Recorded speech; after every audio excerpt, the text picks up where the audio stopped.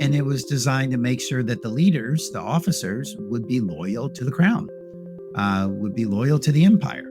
And, we're, a system that is designed to work for, an 18th century army. It shouldn't surprise anyone that it's not going to be ideal for a 21st century Space Force. From the Defense and Aerospace Report, this is The Downlink, a podcast about the intersection of space, the space business, and defense. Not just what's over the horizon, but what's happening above it. I'm your host, Laura Winter.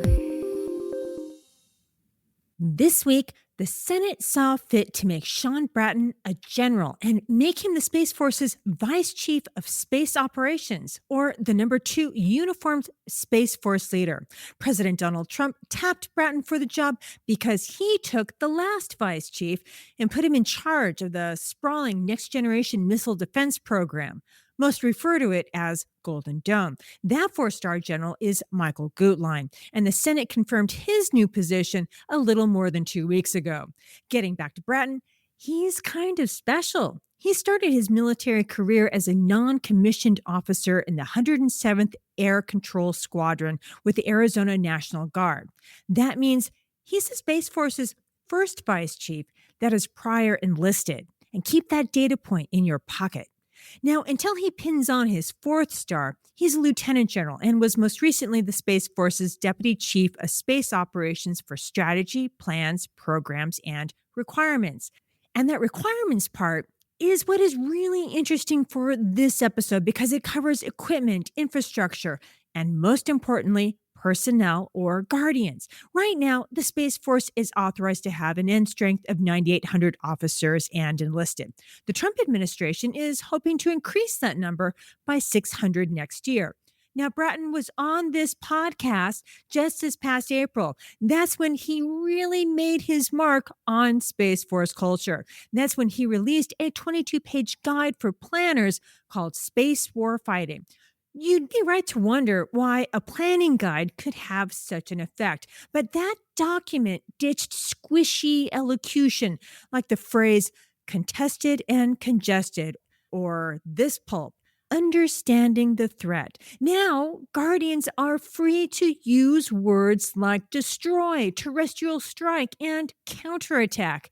I get it. Seems like a small thing from the outside, but before that document's publication, Guardians performed Olympic-worthy linguistic contortions to avoid warfighting or aggressive vibing terminology in public. So as Bratton's star has risen, his replacement has an opportunity to make their mark if they and the chief and the vice chief are ambitious. This week's guest is Todd Harrison, and he has an idea on how to drag the U.S. Space Force's force structure and its guardians out of the feudal age and into the 21st century's space age, if they dare.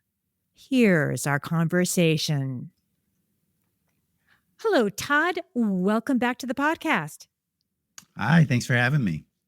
So before we start, it'd be great if you could take a moment and introduce yourself. Todd? Sure. Yeah, I'm Todd Harrison. I'm a senior fellow at the American Enterprise Institute, and I focus on space policy, space security, all things U.S. defense budget.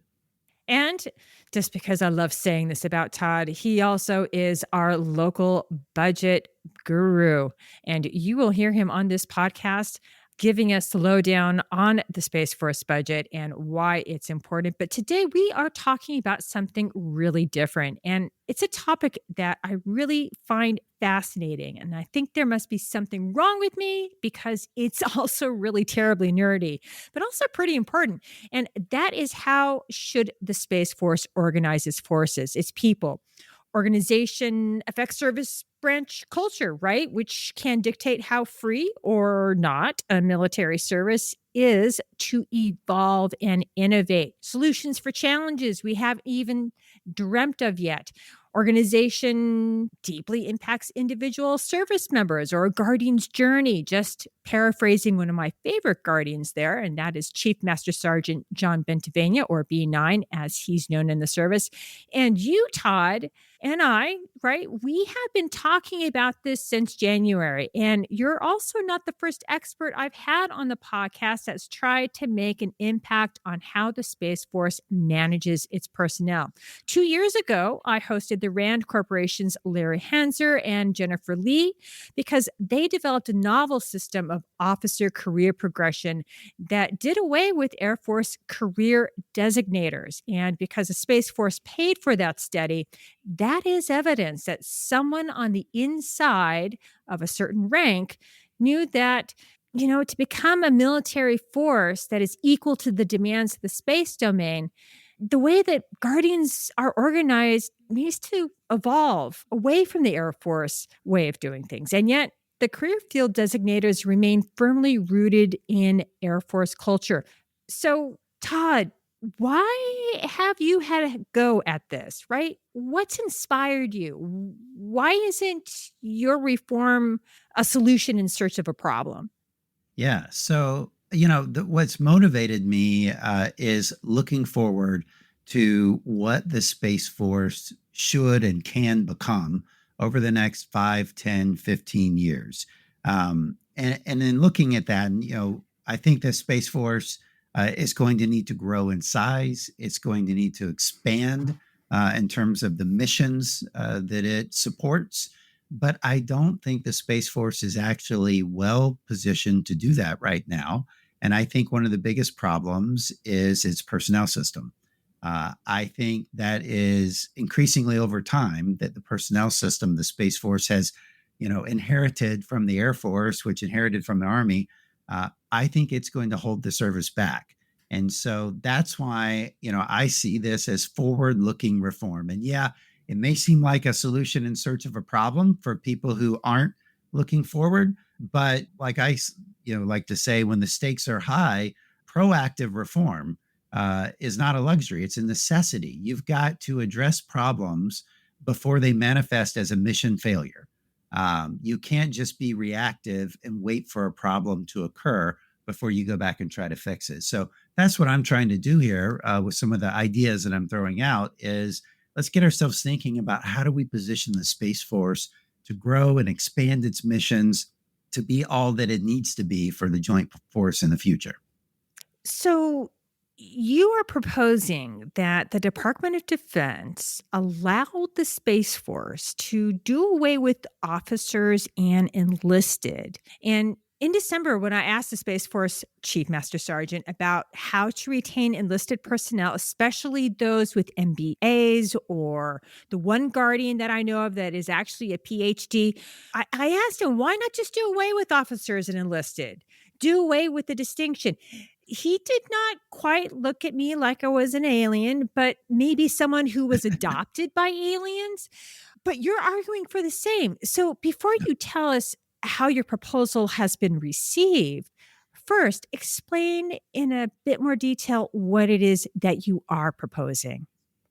Yeah, well, my main proposal is actually that we need to have an independent commission created by Congress to study how to reform the Space Force personnel system, how it should be different from the other services, given its mission, given its size, given its high tech focus, and the unique skill sets that the Space Force requires of its guardians. So my main recommendation is we need a commission because there's so many different things that can and probably should be adjusted, but they all have to be done in a coordinated, comprehensive way if you're going to have it work properly. Now, one of my main ideas that I think this commission ought to study in detail is getting rid of this legacy officer enlisted divide in the rank structure. If you look back at that a few years ago, I think it was Secretary of Defense Ash Carter talked about how we inherited this legacy rank structure of officers and enlisted from the Napoleonic era. I mean, it really dates back even before that.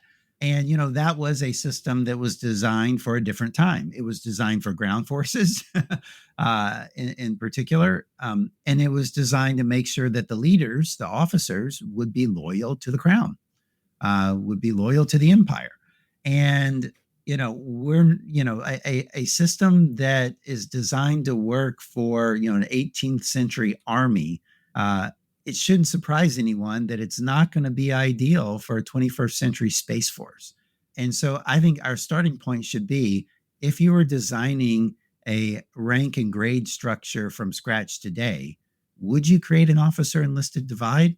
And when I pose that question to people, almost everyone comes back and says, yeah, no, I wouldn't do that, because we don't have peasants and nobility anymore.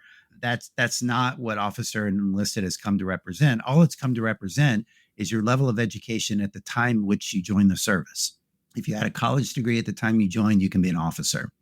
If you did not have a college degree at the time you joined, you're going to be enlisted.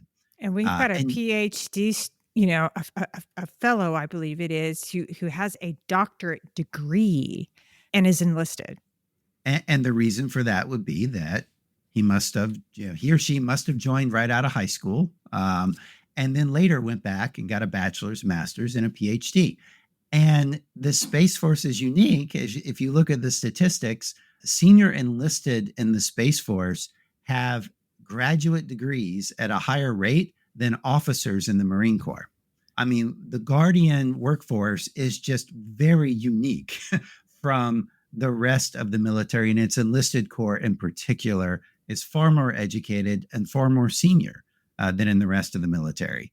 Something that really took me back when I was reading the paper was that 48% of Guardians are officers compared to like 17% in the rest of the military. I mean, that's really telling that this is kind of lopsided in a way, or maybe less lopsided, I guess you could say, but it's really reflective of the 21st century as opposed to the feudal system and peasants and pitchforks.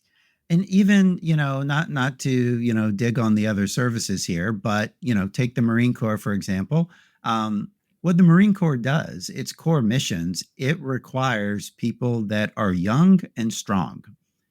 They need lots of young and strong people.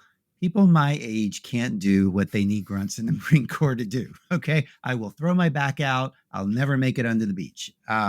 Right. And so they have a force structure that actually works well for that. They're like 15% officers, 85% enlisted, and their enlisted are overwhelmingly at the junior ranks.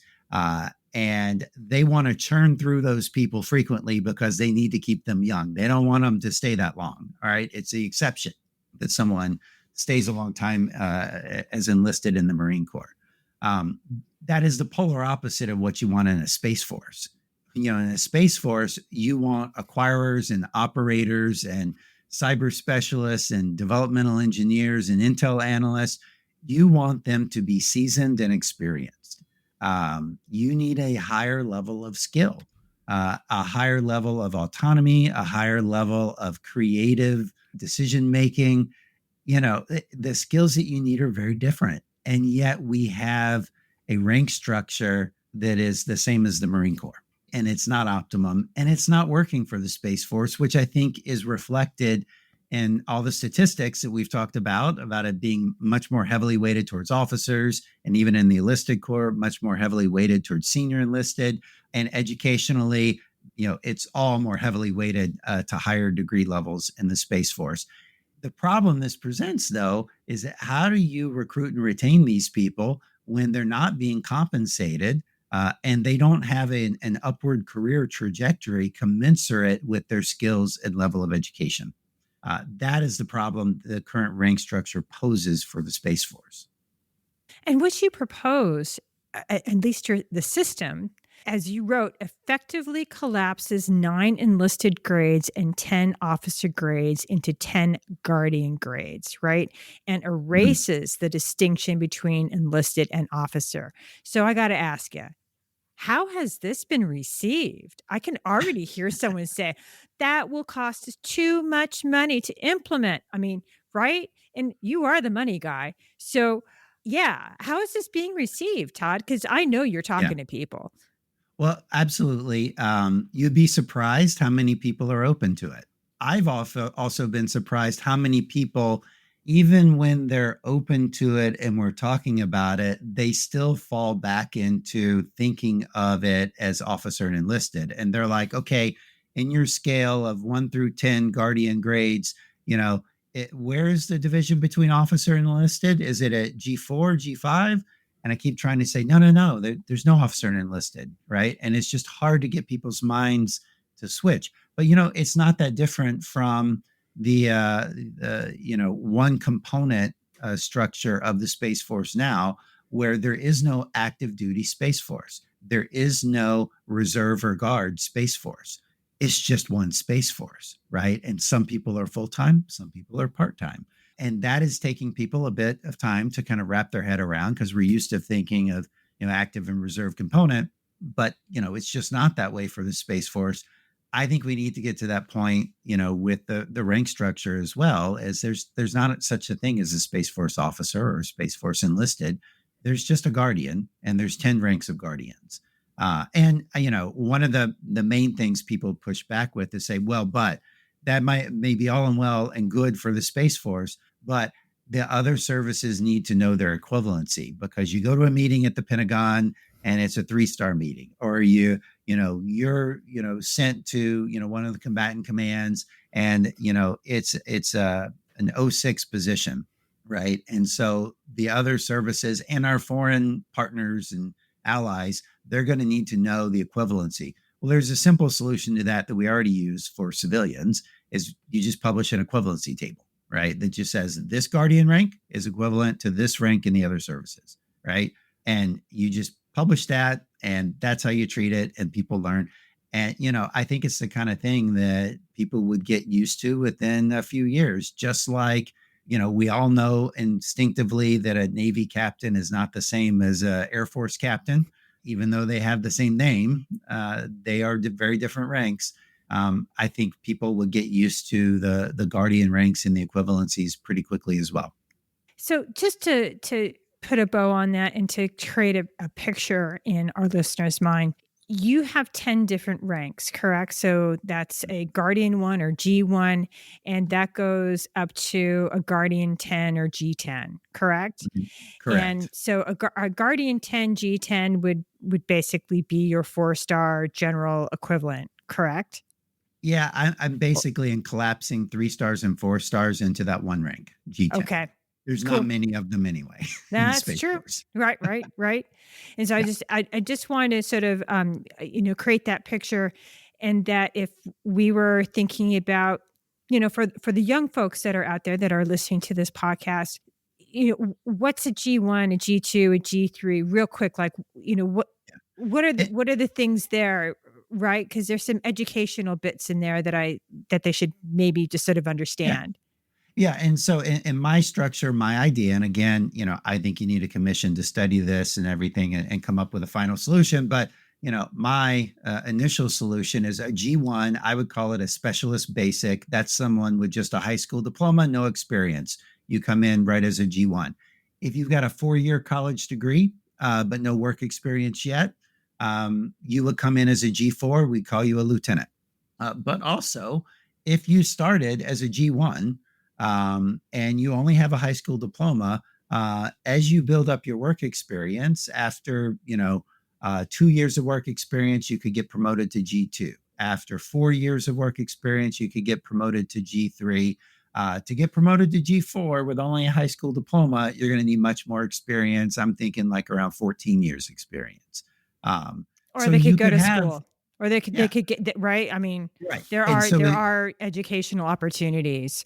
Right. So if you go and get your 2-year degree, then you could get promoted to those ranks earlier. Right. If you go and get a 4-year degree, you can jump right up to G4. Um, And that's an and then if, incentive to get those skills, correct? Because if you get because that education, then you will be able to go further faster. yeah, so you are never like forced to continue on a lower career trajectory just because of where you started. As you improve yourself, as you advance yourself in your education and your experience, you can jump to higher career curves, commensurate with the work you put into it. But, in my construct, to reach the rank of G5, you have to have at least a 2-year degree, an associate's degree. To reach the rank of G8, which is kind of the equivalent of a colonel, a full bird colonel, you have to have an advanced degree. Got to have a graduate degree. And by the way, almost every colonel in the Space Force has at least one master's degree. Many of them have more than one. Um, Exactly. so, this is kind of the way that I am thinking of it, as a continuous rank structure. And inherent to this is lateral entry, right? You're taking in people right out of college as a G4. They're not starting at the bottom of the scale. You're taking in people right out of grad school at maybe a G5 or even more if they have some work experience with that. Now, the great thing about lateral entry is it gives you much more flexibility in workforce management, because right now, if I know, gosh, I need more, lieutenant colonels in the Space Force to lead Golden Dome and whatever. You know how long it takes to make a lieutenant colonel? About 20 years. So I needed to have known that 20 years ago to start growing extra people so that I would have enough lieutenant colonels today. When you've got lateral entry that is commonplace and the norm, you could just hire someone that has an advanced degree and maybe 15, 16 years of work experience in a relevant field, hire them right in as a lieutenant colonel, right? And so you can do that across all your ranks, so you can grow in a balanced, even, responsible way, You can grow rather for the than having to, future. yeah, instead of like, the boa constrictor model that we use today, that we fit in a bunch of extra second lieutenants, and then 20 years from now, we've got more senior leaders. That just doesn't work in an environment where you've got to grow and innovate and change and evolve at a rapid pace. You can't afford that time period. And let's say you need somebody who's got quantum skills, right? I mean, I'm just thinking, gosh, probably quite a bit ahead, but yeah, quantum skills. Who do you know that is 22 years old and has a degree in that, right? And they're Yeah, going to need to have a higher degree, so I will they tell need to you. have that opportunity to be able to join the force later, because that's when you're going to need it. Yeah. Well, I'll tell you a real life story. I won't reveal the names of people involved, but a 4-star general told a group of us a story just a few years ago. This is not that long ago, that they had an issue come up on an urgent operational issue, and they needed to modify some code that was written in Python. And they were frantic. They needed someone in house. There's no time to hire a contractor, get them cleared, and all of that. This Just go needed to to happen Fiverr. immediately. And so they searched around to try to find someone within the service that knew Python, and it was hard. And they finally found some, junior person, really junior person, and flew them in, and they were able to do what they needed to do. But I mean, that just goes to show, like, you can't always forecast the types of skills you're going to need. And the military is especially bad at forecasting what are the skills that we're going to need even tomorrow, much less, 15, 20 years from now. All right. So if this was to actually occur, whether it be in your form or in another form, if a commission gets together, there are going to be issues with pay scale. There's going to be issues of transitioning folks from Mhm. legacy ranks to this G1 through 10. And I'm just using that because that's the example at hand. It could be something else. But how much would it really cost? And I know you can't put like real numbers to it, but well, yeah, try. Yeah. So I did. So I followed up my initial paper, my initial commentary, with a working paper where I went through and I tried to just estimate roughly what would this cost. Now, much of it is gonna depend on the pay table that you choose. And so what I used 2 different pay tables to do the analysis, but what I basically tried to do is mimic what people, just maintain their current pay level, or in some cases increase their current pay level. So what I ended up with in my analysis is, I think it would probably be a total increase in cost of about 110 million per year. which is 0.4% of the Space Force's budget, and roughly the cost of one F-35A. There you go. Uh, And is that every year or would that be a one-time cost?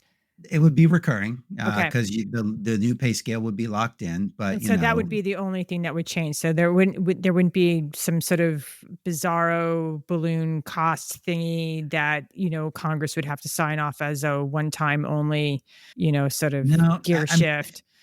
Yeah, no, this would just be you would transition to a new pay table. So your basic pay would change on an individual basis. People would either stay the same or go up. But then there are other things that are based on your basic pay that would also increase, like your thrift saving plan, matching contributions would go up a little. The Social Security tax that the military has to pay would go up, and the Medicare tax would go up a little bit more. But taking that all into account, about 110 million. For national security, wouldn't you pay 110 million? Well, and it's budget dust at the end of the day, less than 0.5% of the Space Force's annual budget. There you go. All right. Here's something that I think is really important, and that is culture, right? Because the RAND study from 2 years back also advocated, right, for doing away with at least the Air Force specialty codes. And it was very, very concerned with creating a unified culture in which every Guardian identifies first as a Space Force officer rather than an operator or as a cyber engineer. Now, you seem to also have some similar concerns. But you do make a distinction between leadership and technical tracks, right? Mhm. Mission and functional areas. This is like a watch with a lot of different gears. How would you foresee this actually affecting culture, right? I mean, right now we hear often in various Space Force circles about the dominance of the operators and that, well, I know that a lot of folks don't want to become, cyber folks because they don't see a real future going forward in their actual careers. I mean, eh, how would that change things for the Space Force if you could do away with this stuff? Yeah, I mean, right now, the culture of the Space Force is evolving into one that is similar to the Air Force. It's divided along lines according to people's specialty codes. And what's interesting is the Space Force was not very creative in its specialty codes. They literally left them the same Yep. as they were in the Air Force. So space operators are called 13S. Acquisition managers are called a 63A. Is there a Space Force specialty code 1, 2, 3, 12? No. uh, right. They literally just kept the same codes, which I think shows a complete lack of imagination in the transition. But besides that, it is recreating the cultural divide that was within the Air Force that ultimately led to the Space Force being broken out as a separate service because it was relegated to being, second class, maybe third class citizens, beyond the pilots. And I mean, even the pilots like have cultural divides within them between the fighters and the Oh yeah. bombers. And I've had a pilot or two on this podcast, and something that Coyote Smith said, you always know a pilot because they're going to tell you that they're a pilot and they're going to tell you what they fly within the first 2 minutes. yes, Right? So, right. yeah, no, And, it's definitely a real thing. But, can you really do away with that? And especially if you think about technical tracks versus, leadership tracks like you well, have. And then you've got the bits and pieces within mission areas as well as opposed to functional. Right? I yeah. mean, I suppose if you're, So if you're a rocket launcher, do you get to swagger more? well, so I think the first thing to prevent this cultural divide from furthering, and Chairman Rogers of the House Armed Services Committee, he has hammered on this as well that he doesn't want to see the operations culture dominate the Space Force. Chief of Space Operations, General Saltzman, he's kind of moved in the opposite direction, basically declaring that every Guardian should be an operator first. Which, if that's not trying to make the operators dominate the culture, I don't know what is. But I think the first step is let's not think of this as a one size fits all approach that every Guardian has to be a certain way or has to fall into, a certain set of categories. Instead of categorizing Guardians by their functional specialty, why don't we just use functional skills as just that, functional skills? And different people can have a different range and depth of functional skills. And so, my idea is let's make it skill levels, maybe levels 1 through 5, for each of the functional areas that are important to the Space Force: space operations, acquisition, cyber operations, and so forth. And each individual can develop throughout their career a different level of expertise in each one of these functional areas, right? And it's not a one size fits all.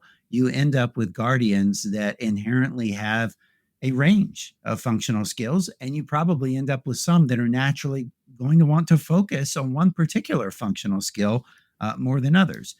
Along with that, I think you also need to offer people completely different career tracks. Now, this gets back to the officer and enlisted divide, because in the other services, and especially in the ground forces, the officers are basically a de facto leadership or command track, right?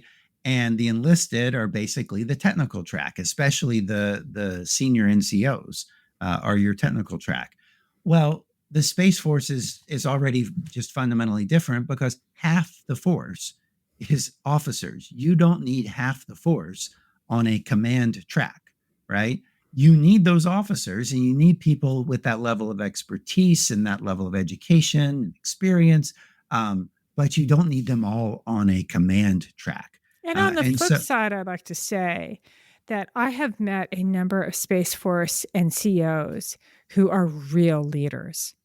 I mean, absolutely. serious leaders who should be in serious leadership roles that think expansively and strategically, and I'm incredibly impressed, actually. And that's So, why we need a right? multi-dimensional system, right? Where you have ranks in one dimension, and you have command or technical track in another dimension, and you have functional skills in yet another dimension, right?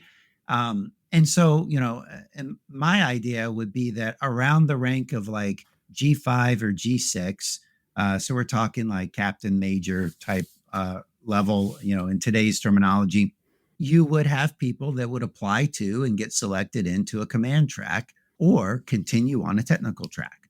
And you just have a divergence stand. And if you're on a command track, you've got different expectations. You'll have to do joint assignments. You'll have to get more of a breadth of experience across mission areas, across functional areas. You'll have a lot more you have to, and you're going to have to move more often if you're going to be on a command track to jump through all those hoops. That's what you sign up for. But above a certain rank, and so I would say that's like G9 and G10, you can only be promoted if you're on that command track, right? If you're on a technical track, you're going to cap out at some point, maybe G7, G8, you will cap out in rank. But you can continue. And if you're on the technical track and you really love just doing the work and maybe managing a team of people, but not being at the command level, you can keep doing that. And you shouldn't be kicked out just because you're not meeting the requirements for that command track that you didn't want to be on anyway. We are running out of time, but I really want to ask this question. And this is going to be a bit mean because I'm going to ask you to be really efficient about answering it, right? But Right. the Space Force's responsibilities are growing. We hear it every year. But now we've got the addition of Golden Dome. Oh my gosh. So that's a lot of responsibility. And if the White House gets its way and zeroes out the Department of the Commerce's budget line for the Space Traffic Management Office, or TRAX, it's not an office, but it's a program. Sorry about that. Excuse me. But what does it mean if the Space Force just continuing on with the Air Force way of doing things? 2 minutes, tops. Yeah, I think it reaches a breaking point at some point in the future where we end up with a workforce that is not matched to the mission demands, the growing mission demands and expanding mission demands being placed on the Space Force. I don't think that our current rank structure, our current career model, the career tracks, the specialty codes, the way we categorize people, I don't think it's sustainable. And I think we've got to find a new way forward. And the sooner we do it, the better. Todd, thank you so much for making the time to come on the podcast. Thank you. Glad we can be here. That's it for this week. For your daily dose of award-winning defense coverage, listen to the Defense and Aerospace Report with Vago Muradian. And for the maritime domain, listen to Cavas Ships with Chris Cavas and Chris Cervello. And get your air domain news and analysis from the Air Power Podcast with JJ Gertler and Vago Muradian. I'm Laura Winter. Thank you for listening.